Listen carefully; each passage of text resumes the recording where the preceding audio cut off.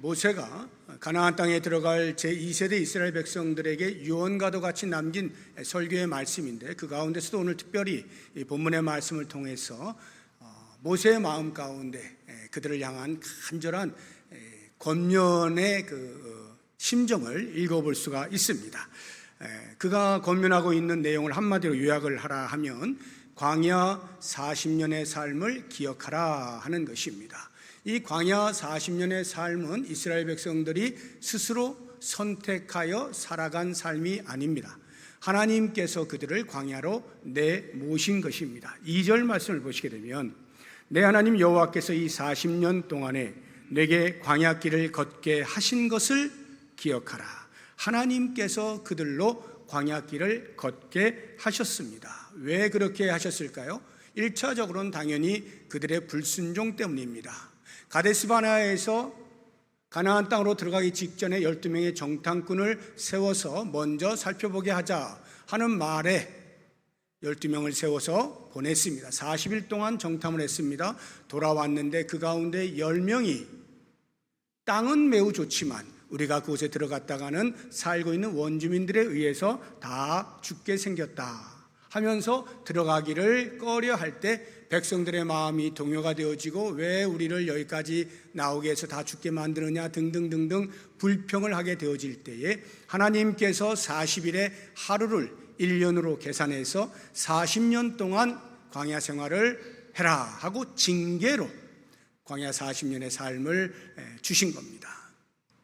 그런데 하나님께서 이렇게 징계의 기간으로 40년을 주실 때 그냥 그렇게 40년 동안 반성만 하고 있어 라고 하는 차원에서 주신 것이 아니라, 비록 그들이 잘못하여서 징계 차원에서 주어진 40년이지만 하나님께서 그 시간들을 활용하십니다. 선용하십니다. 그래서 이스라엘 백성들이 갖추어야 할 영성을 훈련할 수 있는 기회로 만드십니다.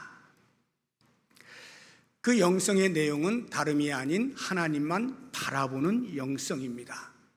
이스라엘 백성들이, 그 정탐꾼들이 가나안 땅에 들어가서 하나님께서 분명히 약속으로 주신 땅이었음에도 불구하고 그들이 본 것은 하나님이 아니고 원주민들이었습니다. 강대하고 거인족인 그들을 바라보면서 두려움에 벌벌 떤 것이거든요. 그래서 하나님께서는 그래서는 안 되겠다. 너희들이 오직 나만 바라볼 수 있도록 내가 훈련을 시켜야 되겠다 해서 40년의 그 징계의 기간을 훈련의 기간으로, 여호와만 바라보는 훈련의 기간으로 삼으신 것입니다. 그래서 그들이 모세가 이렇게 광야 40년의 삶을 기억하라 하고 권면하고 있는 것은 너희들이 어디에 있든지, 즉 잠시 후면 가나안 땅에 들어가게 될 터인데 그 가나안 땅에 정착해서도 오직 여호와만 바라보도록 해라. 지금 너희가 40년 동안 이렇게 훈련받은 것 이것으로 끝나는 게 아니고 가나안 땅에 들어가서 본격적으로 너희들이 그렇게 살아야 돼 라고 말씀을 하고 있는 것입니다. 왜냐하면 여호와 하나님을 바라보는 이 영성이야말로 하나님 나라의 백성이 어떠한 상황에 처해도 살아내야 할 삶의 원리이기 때문에 그렇습니다. 그래서 오늘 말씀의 제목이 주바라기 영성입니다. 이 주바라기 영성은 그 당시에 이스라엘 백성들뿐만 아니라 3,500여 년이 흐른 지금 이 시대를 살고 있는 하나님의 백성인 우리 성도들도 역시 마찬가지로 이와 같은 주바라기 영성으로 살아가야 하는 것이기 때문에 우리가 오늘 말씀을 귀 기울여 들을 필요가 있는 것입니다. 주바라기 영성을 위해서 하나님께서 광야 40년 동안에 그들을 훈련시키신 내용을 보게 되어지면 인간이 죄로 인하여서 본성적으로 가지고 있는 것들을 내어버리도록, 그것을 극복하도록 하는 훈련입니다. 주바라기 영성, 여호와 하나님만 바라보는 영성을 가로막고 있는 장애물들이 어떤 것이 있느냐? 우리의 본성 가운데 탐욕의 본성이 있고요, 염려의 본성이 있고, 또 다른 하나는 교만의 본성입니다. 이러한 것들을 하나님께서 어떻게 광야 40년 동안 버릴 수 있도록 훈련을 시키셨는지 우리가 함께 살펴보도록 하겠습니다. 이 세 가지 본성은요, 그냥 버리면 쉽게 아무 때나 버릴 수 있는 것들은 아닙니다. 이미 말씀을 드린 것처럼 우리의 본성 속에 담겨 있는 거예요. 죄로 인해서 타락한 인생이 이 세 가지는 본성적으로 가지고 있기 때문에 아무리 억누르려고 하고 버렸다라고 해도 어느 순간이 되면 다시 이것이 튀어나옵니다. 훈련을 반복적으로 받아서 이제는 극복했겠지라고 생각되어지는 순간에도 어떤 일이 벌어지게 되면 또다시 이와 같은 본성들이 나오게 마련이에요. 그래서 하나님께서는 적어도 40년이라고 하는 긴 세월 동안 반복하여서 이 본성 버리기, 본성을 극복하는 훈련을 시키신 거예요. 제가 얼마 전에 TV를 보는데 송창식 씨가 나오시더라고요. 제가 송창식 씨를 제 개인적으로 신앙인은 뭐 그런 것은 제가 모르는데 한 영역을 어떤 면에서는 점령했다, 아니면 극복했다, 아니면 높은 봉우리에 섰다, 이런 차원에서 존경을 하는 사람인데, 이 송창식 씨가 지금 거의 80이 다 돼 갑니다. 78세인가 그래요. 80이 거의 다 돼 가시는데 그분이 하는 이야기가, 나는 지금도 기타를 기초 이 스트로크라고 그러죠. 이 스트로크 하는 이것을 하루에 1시간씩 한다, 이렇게 이야기를 하더라고요. 정확히는 47분인가 이렇게 제가 들은 것 같은데, 아무튼 1시간 정도를 계속 띵띵띵띵 계속 기타. 이분이 아시는 것처럼 70년대 80년대 세시봉이라 해가지고 통기타 하나 들고 완전히 젊은이들을 사로잡았던 그런 사람 아닙니까? 그러니까 기타의 달인이에요. 그런데도 불구하고 지금도 여전히 1시간씩 그 기초, 기타의 기초를 계속 한다는 거예요. 그렇게 하지 않으면 연주를 제대로 할 수 없다고 이야기를 해요. 주바라기 영성이라고 하는 이 영성이 잠깐 한다고 해서 완성되는 게 아닙니다. 이스라엘 백성들은 적어도 40년을 훈련했어요. 그럼에도 불구하고 우리가 아는 것처럼 가나안 땅에 들어가서 그들은 결국 실패하죠. 40년으로도 부족하다는 거예요. 그렇다고 하면 오늘날 우리가 주바라기 영성을 갖추어 나가는 일에 있어서 잠시 제자훈련 몇 년 했다고 되는 게 아니라는 것을 알 수가 있습니다. 주님 다시 오시는 그날까지, 우리가 생명을 다하는 그날까지 끊임없이 반복하여서 주바라기 영성을 갖추어 나가야 한다는 사실을 알게 되는 것입니다. 그래서 이 주바라기 영성을 여러 채널들을 통하여서 이 주바라기 영성의 근육을 계속 붙여 나가야 되는, 키워 나가야만 우리가 곁길로 가지 아니하고 주님만 바라보는 온전한 신앙 가운데 설 수가 있는 거죠. 그렇다고 하면 이제 이 주바라기 영성을 방해하는 세 가지 본성들 하나씩 한번 살펴보도록 하겠습니다. 먼저 탐욕의 본성인데요. 이 탐욕의 본성을 극복하는 훈련을 광야 40년 동안 하나님께서 시키십니다. 만나를 이제 주시잖아요. 만나를 주실 때 법칙이 있는데 하루치만 거둘 수 있게 하시는 겁니다. 어떻게 보면 매우 비효율적이에요. 매일 아침마다 천막을 거두고 나아가서 만나를 거두어야 되는 거예요. 일주일치씩 거두게 한다든지 한 달씩 거두게 하면 그렇게 한 번 수고하고 나머지 시간들은 다른 것에 더 활용할 수가 있잖아요. 그런데 매일 만나 거두는 그 일에 시간을 투자한다는 것이 비효율적으로 보이기도 합니다. 그럼에도 하나님께서 그렇게 하시는 이유는 하루치 이상의 것을 모으려고 하는 인간의 탐욕을 제어하시기 위함인 거예요. 그래서 실제로 이스라엘 백성들 가운데에서는 하루치 이상을 좀 거두고 싶어 하는 사람이 있었고, 그 하루치 중에 좀 남겨두었다가 내일 또 더 먹을 수 있지 않을까 하는 이런 생각을 가진 사람들이 있어서 그 사람들을 어떻게 훈련을 시키시는지 한번 보겠습니다. 출애굽기 16장 20절을 보시게 되면, 그들이 모세에게 순종하지 아니하고 더러는 아침까지 두었더니 벌레가 생기고 냄새가 난지라 못 먹게 하셨다는 말이에요. 남겨두었다가 또 먹어야지, 그럴 필요가 없다는 것을 그 다음날 아침에 만나를 주심으로 알게 하시는 거예요. 필요가 없는 겁니다. 그런 탐욕을 버려야 되는 것이죠. 또 하나 보시면 27절에 일곱째 날에 백성 중 어떤 사람이 거두로 나갔다가 얻지 못하니라. 이 일곱째 날은 안식일을 말하는 겁니다. 안식일에 일하지 않게 하시려고, 쉼을 얻게 하시려고 그 전날 이틀치 분량의 만나를 내려주십니다. 그러니까 이틀치 분량을 거두어서 안식일 때까지 먹으면 되는 거예요. 그런데도 인간의 탐욕이 일곱째 날 안식일 날 혹시 또 하나님이 주시지 않았을까? 그러면 거두어야지 하고 나가 보았지만 만나가 내리지 않았다는 말이에요. 이렇게 하나님께서 계속해서 인간의 탐욕, 무엇인가 조금이라도 더 거두려고 하고 조금이라도 더 저장해 두려고 하고 나를 위해서 무언가 어떻게 해보려고 하는 이런 마음들을 제거하시기 위한 훈련을 계속 시키시는 거예요. 그리고는 하나님께서 매일같이 만나가 어디로부터 오는지 보게 하시는 겁니다. 그들이 아침마다 만나를 거둘 때는 물론 땅을 봐야죠. 땅에 이제 내려와 있으니까 땅을 보지만 우리가 상징적으로 한번 저의 표현을 들어보세요. 만나가 어디로부터 와요? 하늘로부터 오잖아요. 그러면 그들이 어디를 봐요? 하늘을 봐야 되겠죠. 끊임없이 매일같이 하나님을 바라보게 만드시는 거예요. 그래서 모든 더 갖고자 하는 탐심을 없애는 훈련을 하시는 거예요. 오직 하나님으로부터 매일매일 은혜가 우리에게 온다 하는 것을 깨닫게 하시는 거죠. 이러한 탐욕이 이제 가나안 땅에 들어가게 되어지면 어떤 일이 벌어지는가 생각을 해보십시오. 가나안 땅에 들어가면요, 거기서는 더 이상 만나가 없어요.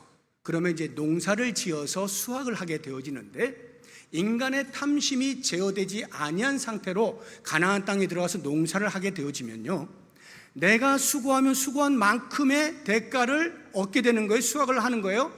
그러니까 차별이 생기게 됩니다. 어떤 사람은 좀 게을러서 수확을 덜 하게 되는 경우도 있지만, 또 방법이 좀 서툴러서 또는 육체적으로 좀 연약해서 이렇게 수확이 덜 거두어질 수 있어요. 어떤 사람은 내가 부지런히 열심히 해가지고 다른 사람보다 많은 수확을 얻을 수가 있어요. 이렇게 차별이 생기게 되어지는 그 순간에 탐욕이 남아있으면 그것을 점점 더 격차를 벌리면서 우쭐해지는 거예요. 나는 열심히 일한 것만큼의 대가를 내가 이렇게 받고 있어. 너는 게을렀지? 너는 그거밖에 없지? 하고는 목에 힘을 주거나 어깨에 힘을 주는 일들이 벌어지게 되는데, 하나님께서는 그런 것들을 원치 않으시는 거예요.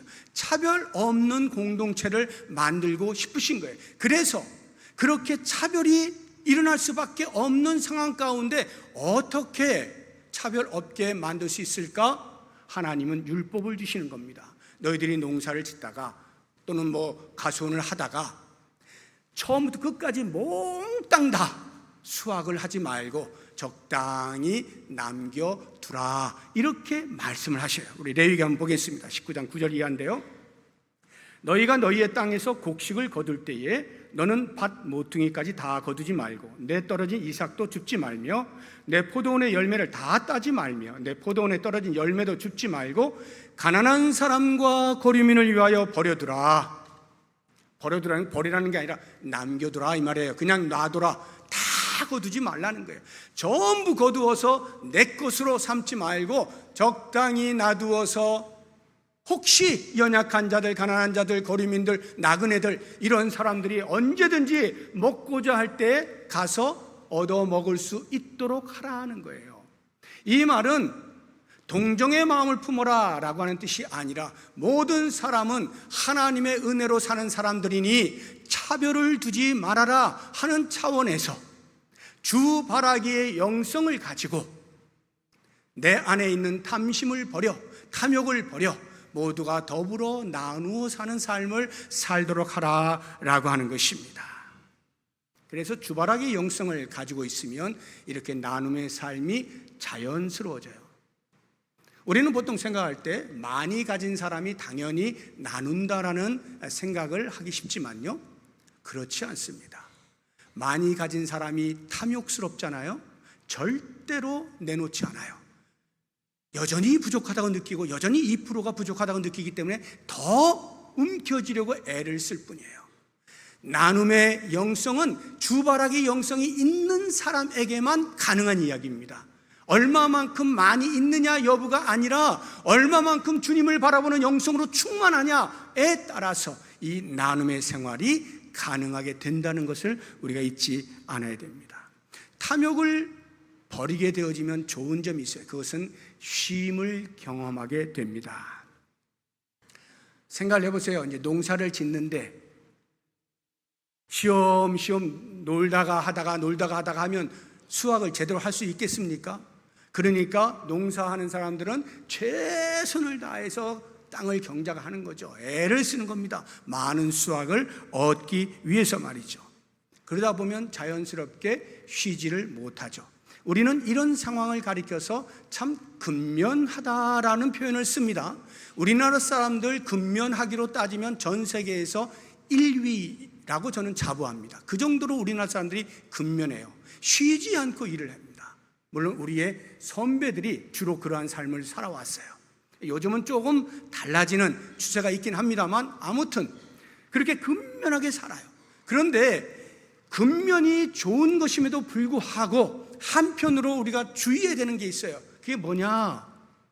쉬지 않고 일을 하다 보면 어떤 일이 벌어지는가? 땅에 집중을 하게 되는 거예요. 일하는 것과 그 일을 통하여 얻는 수확, 성취감 이런 것에 함몰되기 쉬워요. 그러면 위를 못 보는 거예요. 하나님을 바라보지 못하고 내가 열심히 일해가지고 이와 같은 일을 이루었다라고 하면서 하나님을 잊어버리게 되어지는 우를 범할 수가 있는 것입니다.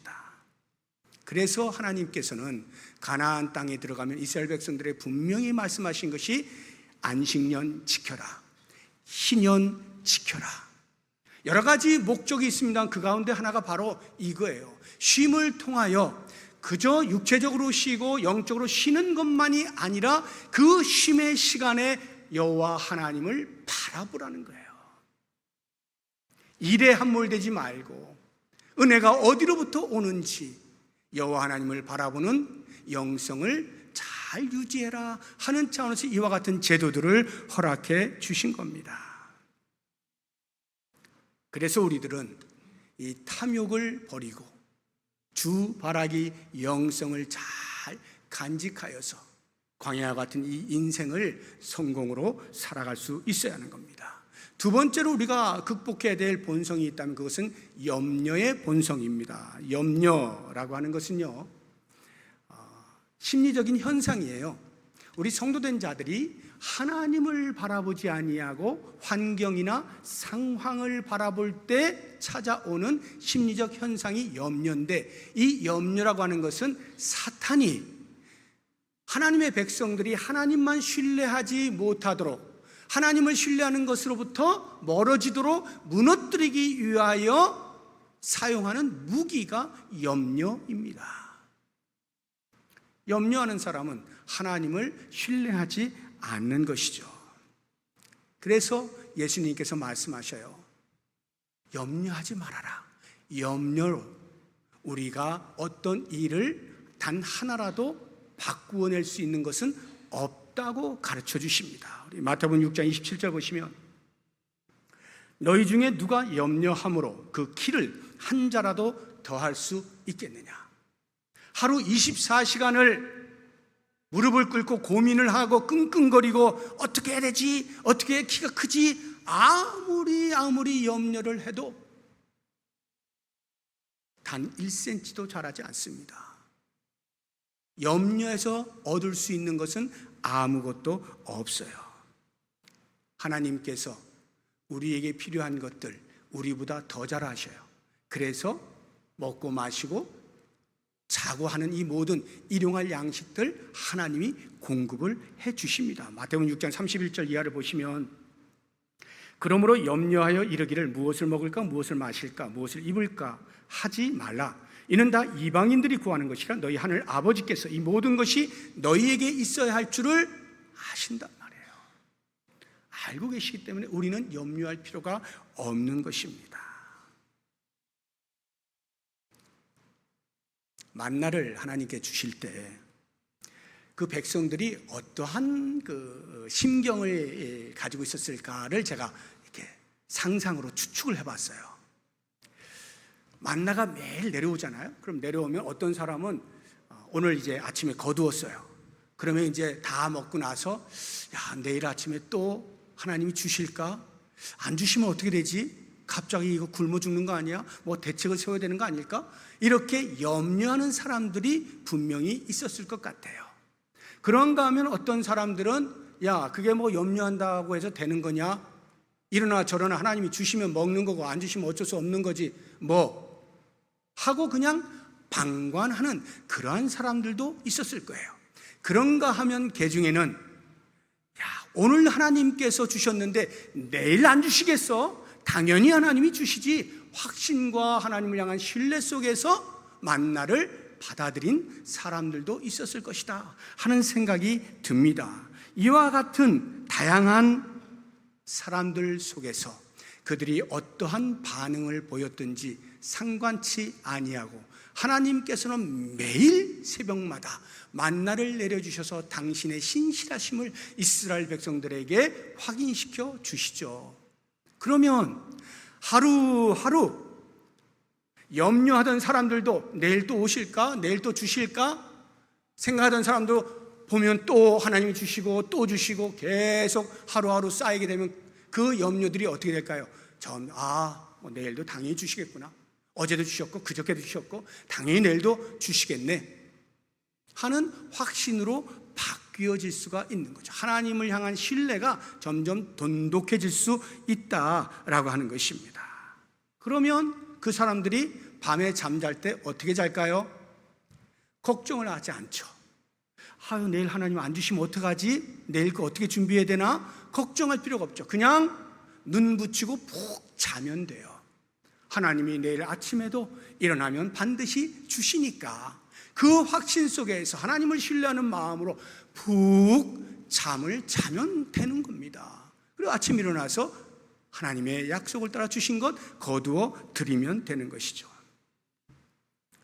그래서 하나님의 백성된 우리들, 성도된 우리들이 할 일은 염려가 아니고 기도라고 사도 바울이 가르쳐주고 있죠. 빌립보서 4장 6절에 그렇게 가르쳐 주시잖아요. 우리 같이 한번 읽어보도록 하겠습니다. 시작. 아무것도 염려하지 말고 다만 모든 일에 기도와 간구로 너희 구할 것을 감사함으로 하나님께 아뢰라. 염려는 단 한 가지도 하지 말라 그러시죠. 아무것도 염려하지 말아요. 대신에 감사함으로 기도할 때 무엇을 놓고 기도해요? 모든 일에 기도하는 거예요. 기도하는 사람은 염려하지 않습니다. 염려하는 사람은 기도 생활 돌아봐야 돼요. 가끔 제 어머니를 제가 종종 욕을 하는데 제 어머니 권사님입니다. 그런데 염려 대장이에요. 없는 것도 갖다가 염려하시는 분이 우리 어머니예요. 그래서 제가 전화할 때마다 이제 이런저런 이제 염려를 막 말씀하시잖아요. 그럼 제가 다 듣고 어머니 염려는 내려놓으세요. 어머니가 백날 염려하셔도 그 문제 해결되지 않습니다. 대신에 기도하셔야죠 하면은 어머니가 권사님이기 때문에 알아들으셔요. 그래, 내가 기도해야 되는데 또 염려했네 하면서도 그 뉘앙스를 제가 들어보면 찾아오는 염려를 어떻게 한단 말이야, 이런 뉘앙스예요. 네, 여러분, 물론 염려 내가 일부러 찾아다가 하는 건 아니에요. 상황 가운데에서 나도 모르게 찾아오는 그 염려에 내가 빠지는 것뿐입니다. 그러나 여러분, 이 염려는요 분명히 극복할 수 있어요. 어떻게? 기도할 때, 하나님을 신뢰하는 마음이 있을 때, 여호와를 바라보는 영성이 있다면 염려 극복할 수 있어요. 염려에서 한 자라도 길을 더할 수가 없는 겁니다. 대신에 하나님이, 나보다 나를 더 잘 아시는 하나님이 나에게 때를 따라 은혜를 부어주신다고 하는 확신과 신뢰 속에서 기도할 때 하나님의 응답하시는 은혜들을 날마다 경험하면서 점점 염려의 마음들이 사라질 수가 있는 거죠. 염려를 극복해낼 수가 있는 거예요. 지금 이 시간에도 염려하고 계시는 분들 계실 거예요. 내가 얼마만큼 염려를 내려놓고 기도하는 일에 몰두하고 있는가 한번 돌아보십시오. 그 일이 내가 그 정도로 기도하지 않았구나 싶으면 염려하는 그 시간에 기도하시라고요. 더 엎드려 기도하시라고요. 그래서 이 기도는 주바라기 영성을 갖추는 필수 과목이에요. 반드시 기도하는 삶을 통해서 주바라기 영성이 갖추어진다는 사실을 잊지 마시기 바랍니다. 마지막 세 번째로 우리가 극복해야 될 본성은 교만이라고 하는 것입니다. 이 교만의 본성, 교만이 뭐냐 말할 때 간단하게 이야기하면 내 인생의 주인은 나다, 이게 교만이에요.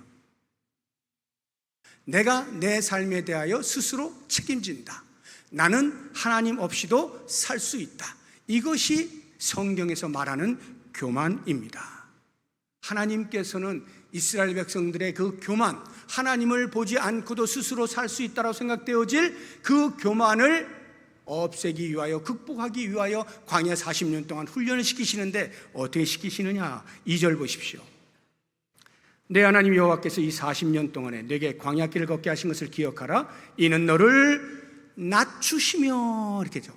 3절에도 반복하여 이야기하고 있습니다. 3절 보시면 너를 낮추시며 너를 줄이게 하시며, 이 낮추신다는 것이 교만한 마음을 겸손하게 낮추신다 이런 의미가 아니고요, 환경을 그렇게 만드신다는 거예요. 환경을 어렵게 만들어서 인간의 능력의 한계를 스스로 깨닫게 만드시겠다, 이것이 낮추신다는 말이에요. 그래서 광야로 내모신 거예요. 광야에서는 아무리 우리가 자기 힘을 동원해서 무엇인가를 얻으려고 해도 환경 자체에서 얻을 길이 없는 것입니다. 그래서 야, 여기서 줄여 죽는구나, 이렇게 말할 수밖에 없는 환경 속으로 하나님이 내몰아 결국에는 하나님을 바라볼 수 있도록 훈련을 시키신다라고 하는 거예요. 여러분, 광야의 삶은요, 우리가 인간으로서 기본적으로 살아야 할 세 가지 요소를 의식주라고 말하잖아요. 그 의식주를 스스로 해결할 방법이 없어요. 한번 의에 대해서 생각을 해보십시오. 이 옷 입는 거에 대해서 광야에서 뭘로 옷을 해 입을 거예요. 그런데 하나님이 이렇게 말씀하십니다. 4절 보시면 이 40년 동안에 내 의복이 헤어지지 아니하였고. 당시에 의복을 만들 수 있는 재료가 뭐겠어요? 기본적으로 동물의 가죽이겠죠. 그런데 광야에서 눈에 띕니까? 동물이 아무 데서나 잡아가다가 가죽 벗겨서 옷을 만들 수 있나요? 쉽지 않아요. 그런데도 불구하고 하나님께서 40년 동안 이스라엘 백성 그 많은 수백만 명 되는 사람들이 옷을 입는 일에 불편하지 않도록 공급해 주신 거예요. 그들이 생각할 때 그들의 힘으로 무엇을 얻었나요? 그래서 옷을 해 입었나요? 아니에요. 신비할 따름이에요. 하나님께서 공급하심을 고백하지 않을 수 없게 만드신 거죠. 먹는 거에 대해서는요, 어떻게 하십니까? 3절 보시면 내 조상들도 알지 못하던 만나를 내게 먹이셨다, 이렇게 이야기하죠. 만나를 매일같이 내려주셔서 먹여주신 겁니다. 그런데 이 만나가 농사를 해서 얻을 수 있는 것도 아니고 나무 열매에서 추출하는 것도 아니고 말이죠. 어디서 옵니까? 만나가 위에서 오잖아요. 위에서 상상할 수 없는 경로를 통하여 만나가 주어지는 거예요. 인간이 할 수 있는 건 아무것도 없어요. 오직 아침에 일어나서 눈 비비고 떨어져 있는 만나를 거두는 것만 하는 거예요. 만나를 거두는데 인간이 할 수 있는 일이 아무것도 없어요. 오직 하나님이 위에서부터 부어주시는 것, 아무도 부인하지 못하죠. 그러면 거하는 건 어떻습니까? 의식주 할 때 주의 부분에 있어서는 물론 그들이 천막을 통해서 잠을 자고 합니다만 그것으로 다 되는 게 아니에요. 광야의 기후라고 하는 것은요, 낮에는 뜨겁게 내리쬐고요, 밤에는 아주 소스라치게 추운 기후를 가지고 있어요. 그냥 정상적으로 도저히 생활할 수 없는 곳이에요. 그곳을 어떻게 하시느냐? 출애굽기 13장 한번 보겠습니다. 21절 이하에 여호와께서 그들 앞에서 가시며 낮에는 구름 기둥으로 그들의 길을 인도하시고 밤에는 불 기둥을 그들에게 비추사 낮이나 밤이나 진행하게 하시니 낮에는 구름 기둥 밤에는 불 기둥이 백성 앞에서 떠나지 아니하니라. 하나님께서 구름 기둥과 불 기둥으로 그들의 삶을 바르게 살아갈 수 있도록 보호해 주신 것, 이스라엘 백성도 어느 누구도 부인할 수 없는 사실이죠. 오직 하나님이 하신 일인 거예요. 이렇게 광야 40년 동안 이스라엘 백성들이 철저하게 먹고 사는 문제가 나에게 있지 아니하고 하나님이 하시는구나 하는 것을 훈련받았어요. 이 훈련이 없이 가나안 땅에 들어가게 되면 어떤 일이 벌어지느냐? 농경사회라 그랬잖아요. 농사를 해서 이제 얻습니다. 그러면 그때로부터는 자기가 열심히 일을 하는 거예요. 내가 수고하는 거예요. 내가 힘껏 일을 해요. 그럼 자기도 모르는 사이에 하나님이 주셨다라는 생각보다는 내가 열심히 일한 것에 대한 대가를 얻었다라는 생각을 하기 쉽습니다. 내가 이만큼 한 거지, 내가 노력해서 이만큼 얻은 거야 하고 하나님이 하신 일에 대해서 깜빡할 수가 있는 거예요.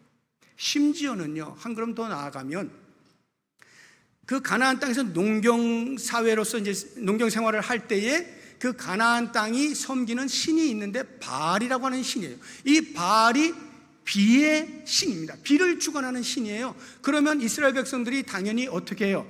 바알을 섬기겠죠. 실제로 나중에 보면 바알을 섬기잖아요. 왜 섬겨요? 비를 주관하니까 농사 짓는데 비가 필요하잖아요. 아무리 땅을 잘 경작해도 하늘에서 비가 내리지 않으면 오늘날처럼 뭐 물을 어디다 갖다가 댈 수 있는 것도 아니고 말이죠.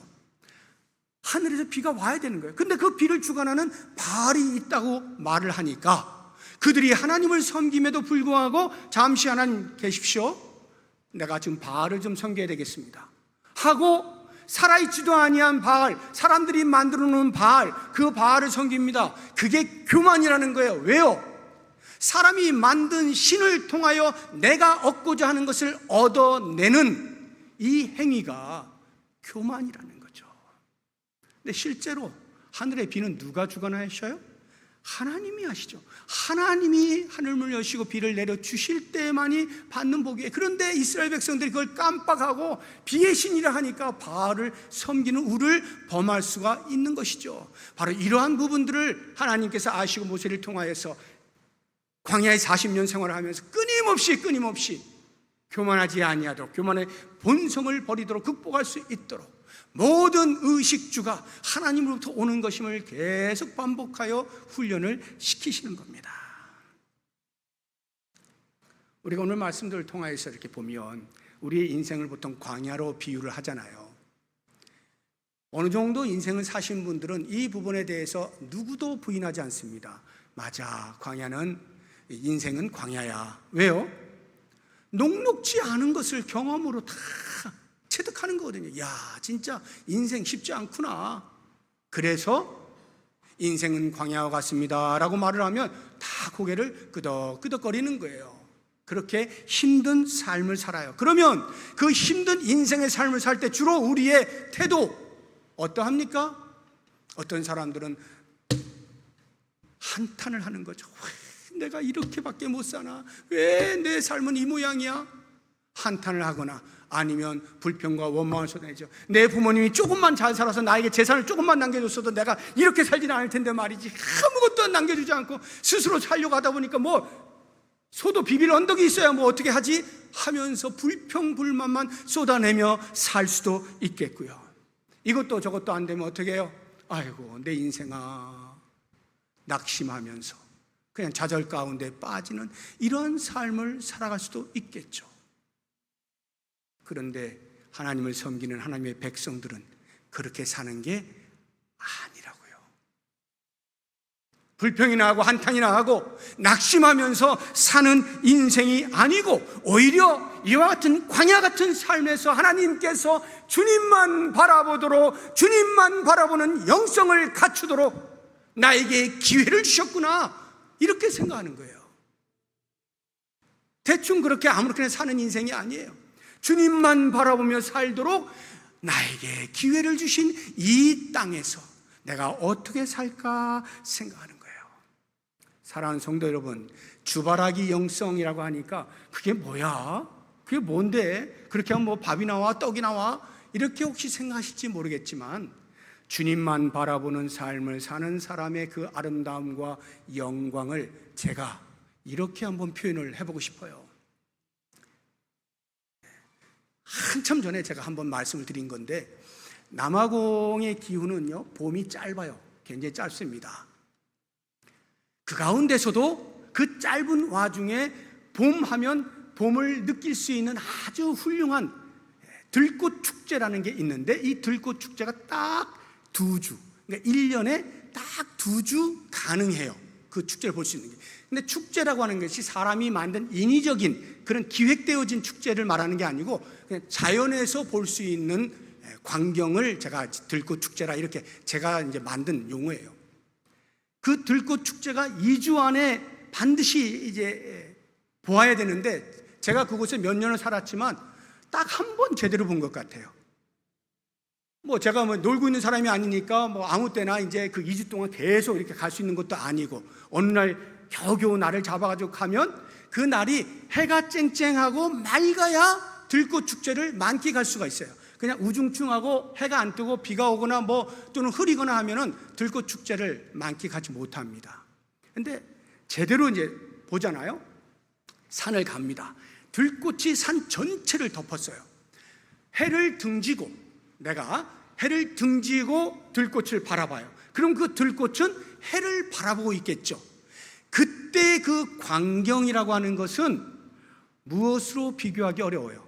에덴 동산도 이만큼 아름답진 않겠다 싶을 만큼 입이 떡 벌어집니다. 어마어마한 광경이 펼쳐져요. 그런데 그 들꽃 한 송이를 만약에 제가 꺾어서 이렇게 바라보고 있으면 그게 그렇게 감탄할 만할 것이고 감격스럽겠어요. 그냥 꽃 한 송이 들꽃에 불과한 거죠. 하찮은 들꽃에 불과한 거죠.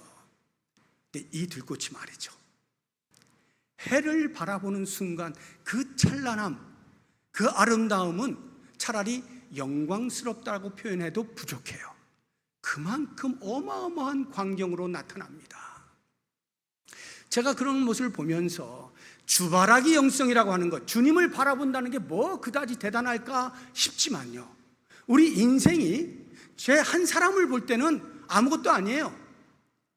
2024년 8월 기준으로 82억 명이 넘었더라고요. 전 세계 인구가 82억 분의 1에 불과한 존재예요.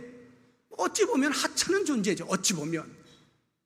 그런데요, 제가 그냥 가만히 있으면 하찮은 존재인데 주를 바라보잖아요. 달라집니다. 가치가 달라져요. 그 아름다움과 영광스러움이 그 무엇과 비교할 수가 없는 엄청난 사건으로 바뀝니다.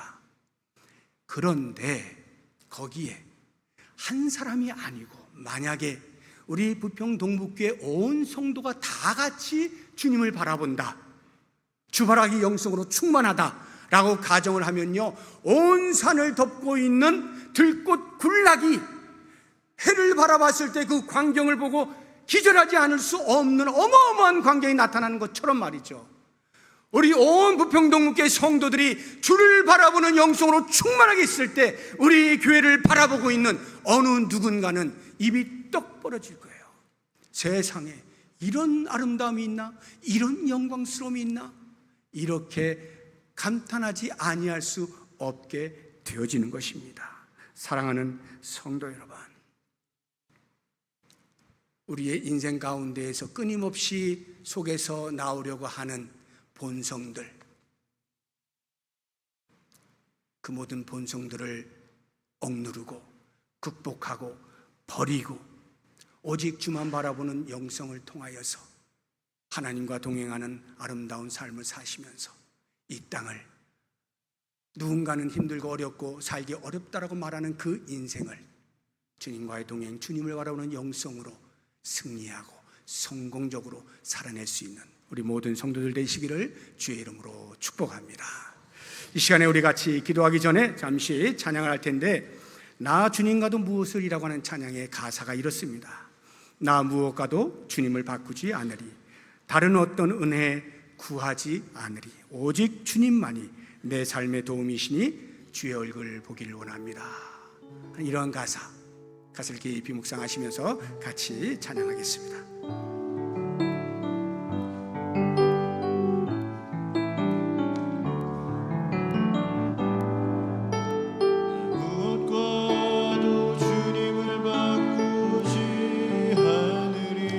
다른 어떤 은혜 구하지 않으리,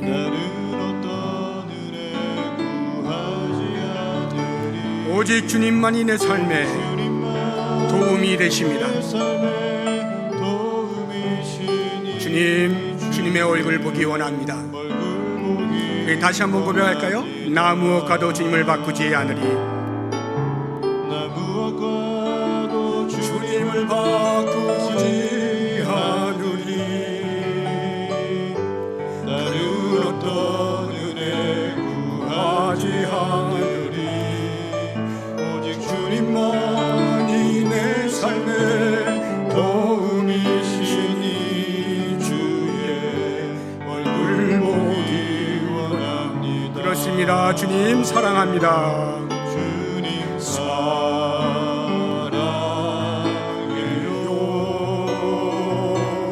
온 마음과 정성 다해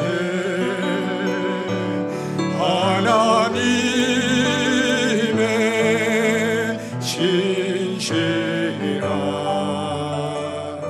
친구 되리. 우리 한 번 더 고백할까요? 주님 사랑해요. 주님 사랑해요.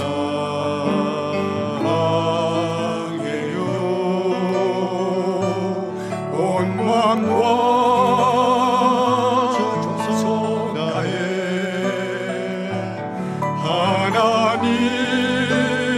하나님의 신실한 친구 되기 원합니다. 아멘. 내 안에 있는 탐욕과 염려와 교만의 본성을 버릴 수 있도록 도와주옵소서. 극복할 수 있는 힘을 주옵소서. 기도하시고요. 어떠한 상황에서도 오직 주님만 바라보는 주바라기 영성으로 충만하게 하옵소서. 기도해 주시고 주만 바라보는 삶의 아름다움과 영광을 누리며 살게 하옵소서. 이와 같은 기도의 제목들을 다 같이 한 목소리로 기도하겠습니다. 하나님 아버지 감사합니다. 오늘도 주의 말씀을 통하여 우리 안에 끊임없이 솟아나오는 본성들을 억누르고 극복하고 버릴 수 있는 용기를 주심을 감사합니다. 내 안에 있는 탐욕의 본성과 염려의 본성과 교만의 본성들을 극복할 수 있도록 도와주시기를 원합니다. 주님을 바라보는 우리의 영성을 가로막고 있는 이와 같은 본성들이 더 이상 튀어나오지 아니하도록 오직 주님만 바라보는 삶으로 신실하게 살아낼 수 있도록 인도하여 주시기를 원합니다. 어떠한 상황 가운데서도 주님만 바라볼 수 있게 하여 주옵소서. 나보다 나를 더 잘 아시는 하나님께서 순간순간 베푸시는 은혜를 기억하고 신뢰함으로 오직 주님이 나의 도움이십니다. 내가 산을 향하여 눈을 듭니다. 나의 도움이 어디서 오는가? 주님이 나의 도움이십니다. 고백할 수 있는 믿음을 허락하여 주시기를 원합니다. 이 광야 같은 삶을 살면서 주바라기의 영성으로 충만하게 하여 주시기를 간절히 소망합니다. 이것이 비록 하찮은 존재임에도 불구하고 하나님께서 주를 바라볼 때에 그 인생을 아름답게 하시고 영광스럽게 만드신다는 사실을 잊지 아니하고 언제 어떠한 상황 가운데에도 주를 바라보는 아름다움으로 충만케 하여 주옵소서. 주를 바라보는 영광을 경험할 수 있게 하여 주옵소서. 그리하여서 주님의 도우시는 손길을 날마다 체험하면서 천국까지 가는 모든 여정 가운데에서 주님의 동행하심을 따라서 승리하게 하옵시고 성공의 삶을 살아갈 수 있도록 함께하여 주시옵소서. 주님의 이름으로 기도드립니다. 아멘. 하나님 아버지,